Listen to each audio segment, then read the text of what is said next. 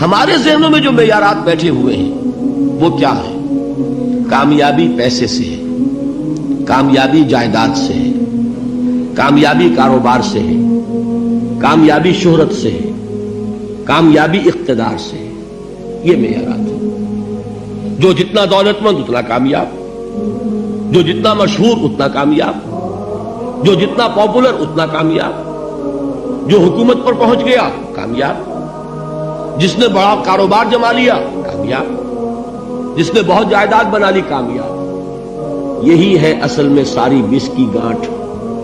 جو تصور کامیابی کا ہوگا اسی کے مطابق آپ کی بھاگ دوڑ ہوگی، اسی کے لیے جد و جہد ہوگی، اسی کے لیے توانائیاں صرف ہوں گی، اسی کے لیے دن رات کی مشقت ہوگی.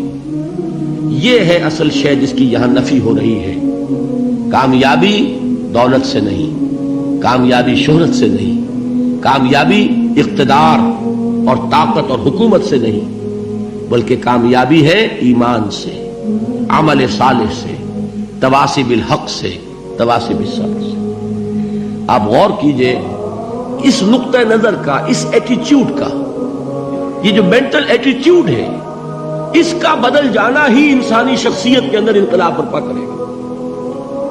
اب آپ کا نتیجہ کیا نکلا؟ اگر تو دولت سے کامیابی ہوتی تو قارون بہت کامیاب تھا، اگر حکومت سے کامیابی ہوتی تو فرعون اور نمرود بہت کامیاب تھے. کامیابی ان سے نہیں ہے.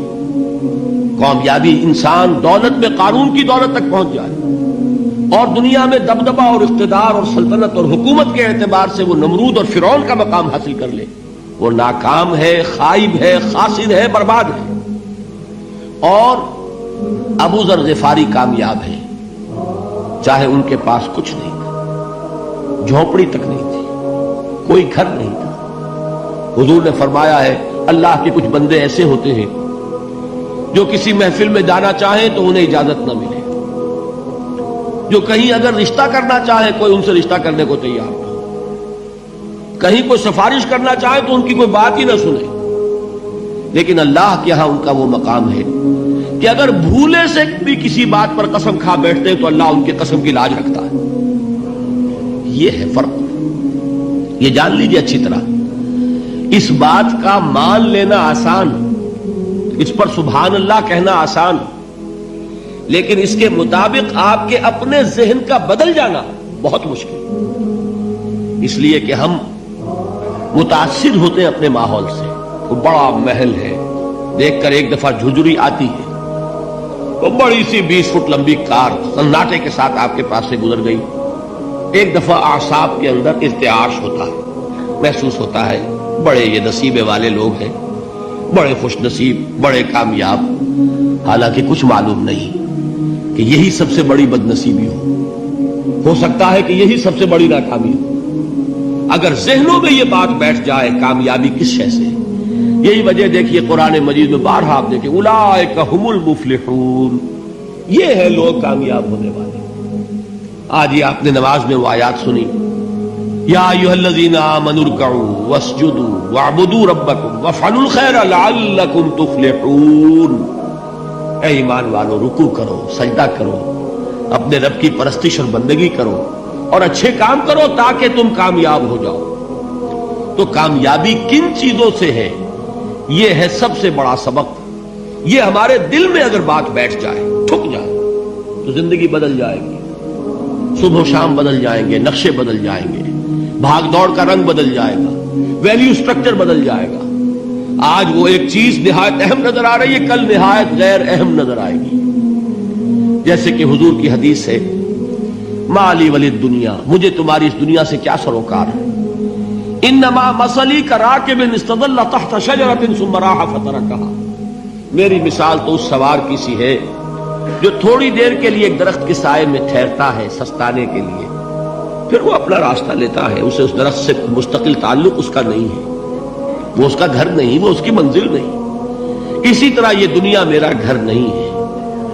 اب دیکھیے ہم کہتے ہیں انا للہ و انا الیہ راجعون، ہم تو مسافر ہیں، ہم اللہ کے پاس سے آئے، اللہ کی طرف ہمیں لوٹ جانا ہے. کن فی الدنیا کانک غریب و عابر سبیل، حضور فرماتے ہیں دنیا میں ایسے رہو جیسے کہ تم اجنبی ہو یا راہ چلتے مسافر. لیکن یہ طرز عمل کب ہوگا؟ جبکہ یہ آیت ہمارے ذہنوں کے اندر بیٹھ گئی ہو. والعصر ان الانسان لفی خسر الا الذین آمنوا وعملوا الصالحات وتواصوا بالحق وتواصوا بالصبر. یہ ہے اصل بات جو میں نے عرض کیا تھا کہ میں بتاؤں گا صحابہ کیوں ایک دوسرے کو یاد دلاتے تھے.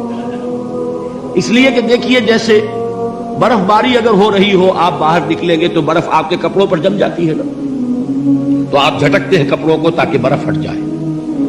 ہمارے ایمان پر اس دنیا میں رہتے ہوئے جب ہم متاثر ہوتے ہیں ماحول سے تو گردہ آ جاتا ہے، برف پڑ جاتی ہے. اس کو جھٹکتے رہنے کی ضرورت ہے، اور وہ جھٹکنے کی بہترین اور مؤثر ترین شکل یہی ہے کہ یاد رکھو کامیابی ان چیزوں سے نہیں ہے. چمک دمک جو ہے دنیا کی، یہ ساری چمک دمک جو تمہیں رجھا رہی ہے، جو تمہیں اپنے اندر گم کیے ہوئے. یہ لفظ گم پر اقبال کا وہ شعر یاد آ گیا کہ کافر کی یہ پہچان کے آفاق میں گم ہے، اور مومن کی یہ پہچان کے گم اس میں ہے آفاق. تم گم نہ ہو کر رہ جاؤ، اس میں مبہوت نہ ہو کر رہ جاؤ، مرعوب نہ ہو کر رہ جاؤ. دنیا ہی کی محبت تمہارے اوپر ڈیرے نہ ڈال دے، تمہارے دلوں کے اوپر مسلط نہ ہو جائے. لہذا تازہ کرتے رہا کرو والعصر ان الانسان لفی خسر الا الذین آمنوا وعملوا الصالحات وتواصوا بالحق وتواصوا بالصبر. پھر یاد کر لو، پھر تازہ کر لو اپنے اس یقین کو کہ کامیابی دولت سے نہیں، کامیابی ثروت سے نہیں، کامیابی اقتدار سے نہیں، کامیابی شہرت سے نہیں، کامیابی جائیداد سے نہیں. کامیابی ہے ایمان سے، کامیابی ہے عمل صالح سے، کامیابی ہے تواصی بالحق سے، کامیابی ہے تواصی بالصبر سے. یہ چار چیزیں ہیں کہ جو کامیابی کے لوازم